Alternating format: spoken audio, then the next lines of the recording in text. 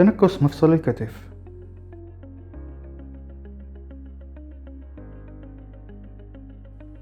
المفصل العضدي الحقاني هو المفصل الذي يلتقي فيه رأس عظم العضد مع الجوف الحقاني، وهو مسؤول عن حركة الكتف الواسعة. في الكتف السليم يتغطى رأس العضد والجوف الحقاني بغضروف زلق يسمح للعظام بالانزلاق بسلاسة على بعضها أثناء حركة الزراعة. تنكس مفصل الكتف هو الاسم الشائع لالتهاب بالمفصل العضدي الحقاني التنكسي، وهو حالة ناجمة عن تغيرات تنكسية في الغضروف والبنى الأخرى من المفصل العضدي الحقاني.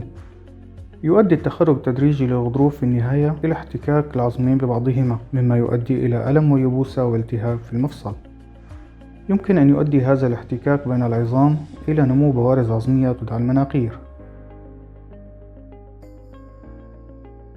قد يخسر رأس العضد شكله الكروي. في تنكس الكتف قد ينعقد المفصل في منتصف الحركة، وقد يشعر المريض بطقطقة وطحن خشن.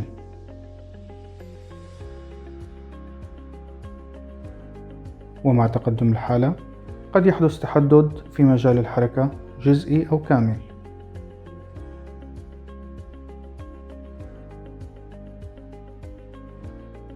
أسباب تنكس مفصل الكتف: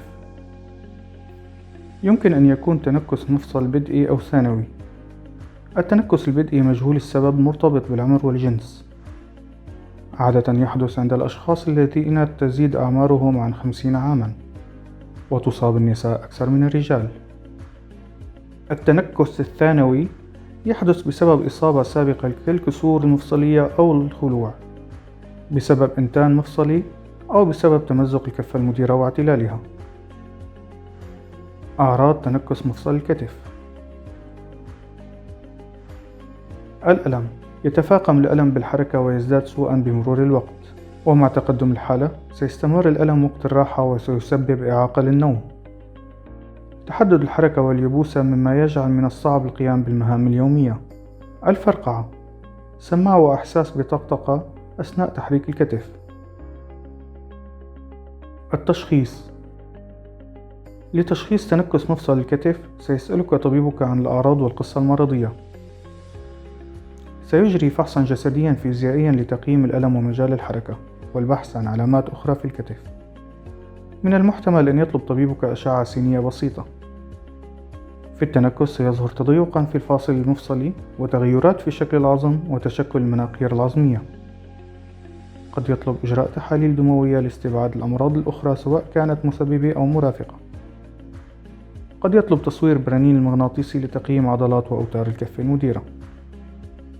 العلاج: الخط الأول للعلاج يشمل المسكنات ومضادات الالتهاب اللاستيروئيدية NSAIDs التي تقلل الألم والالتهاب. يمكن أن يفيد العلاج الفيزيائي من خلال شد وتقوية عضلات الكتف. العلاج بالبلازما الغنية بالصفيحات PRP تحتوي الصفيحات الدموية على عوامل نمو مهمة في التئام الجروح، وبوجود التركيز العالي لعوامل النمو يساعد حقن PRP على ترميم الأنسجة المصابة والتقليل من الحدثية الالتهابية المؤلمة. بناء على درجة التنكس قد نحتاج من 2 إلى 6 حقن أسبوعية. حقن الخلايا الجذعية Stem Cells يمكن أن يقلل الالتهاب ويوقف تطور التلف الناجم عن التنكس، وقد يصلح الغضروف المتآكل. يتم الحصول على الخلايا الجذعية مباشرة من جسم المريض، من دهون البطن أو من نقي العظم. حقن الكورتيزون ضمن المفصل يخفف الالتهاب ويوفر راحة قصيرة الأمد. يمكن أن نلجأ إلى إحصار العصب فوق الكتف للتخفيف من آلام الكتف المزمنة بسبب التنكس الغير مستجيب على العلاج التقليدي. زوال الألم بعد الحصار قد يستمر بضعة أسابيع إلى بضعة أشهر. يمكن أن يستغرق حصار العصب ما يصل إلى أسبوعين ليظهر مفعوله، وفي بعض الأحيان لا يوفر أي راحة على الإطلاق. هذا يتوقف على المريض. العلاج الجذري لتنكس الكتف الشديد هو الجراحة، وتستطب في الحالات التي فشل فيها العلاج التقليدي في تخفيف الألم. استبدال مفصل الكتف: تتم الجراحة تحت التخدير العام.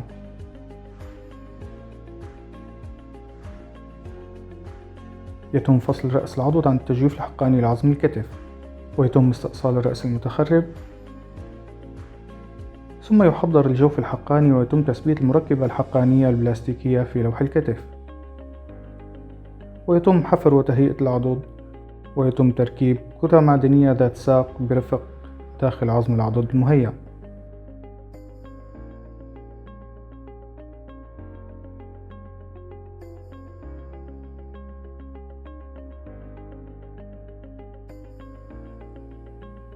مفصل الكتف المعكوس هي عملية جراحية بديلة للمرضى الذين يعانون من تمزق جسيم في عضلات وأوتار الكفة المديرة، أو الذين يراجعون بفشل استبدال مفصل صنعي سابق. في المفصل المعكوس يتم عكس وضع المركبات، بمعنى آخر يتم وضع الكرة العضدية في التجويف الحقاني ويتم وضع الجوف البلاستيكي على عظم العضد. هذا المفصل يعتمد بشكل أساسي على العضلة الدالية للتعويض عن عضلات الكفة المديرة المصابة.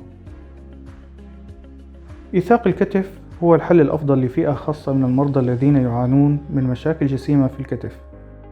يستطب الإيثاق في حال العدوى الجرثومية المعندة على العلاج، أو الشلل، أو عدم الثباتية الشديد، ويستطب أيضا بعد الفشل الذريع لاستبدال مفصل الكتف عدة مرات. إعادة التأهيل بعد استبدال مفصل الكتف: قد تتخرج إلى منزلك في اليوم الأول أو الثاني بعد الجراحة. عند الخروج من المشفى ستراجع المعالج الفيزيائي الذي سيبدأ برنامج التأهيل بعد الجراحة، ويشرح لك بعض التمارين لتجريها في المنزل. يجب أن تثبت ذراعك خلال الأسابيع الستة الأولى لحماية مفصل الكتف ولضمان التئام الشق الجراحي. في البداية يمكنك تحريك المرفق والمعصم واليد فقط. التمارين النواسية: تقوم بأرجحة اليد برفق للأمام والخلف من جانب إلى آخر، ثم في اتجاه عقارب الساعة وعكس اتجاه عقارب الساعة. يوصى بالعلاج الفيزيائي لتقوية عضلات الكتف ومحاربة اليبوسة بدءا من الأسبوع الثاني. يمكنك القيادة بعد 8 أسابيع. العودة لممارسة النشاط الفيزيائي والرياضة بعد 3 إلى 6 أشهر.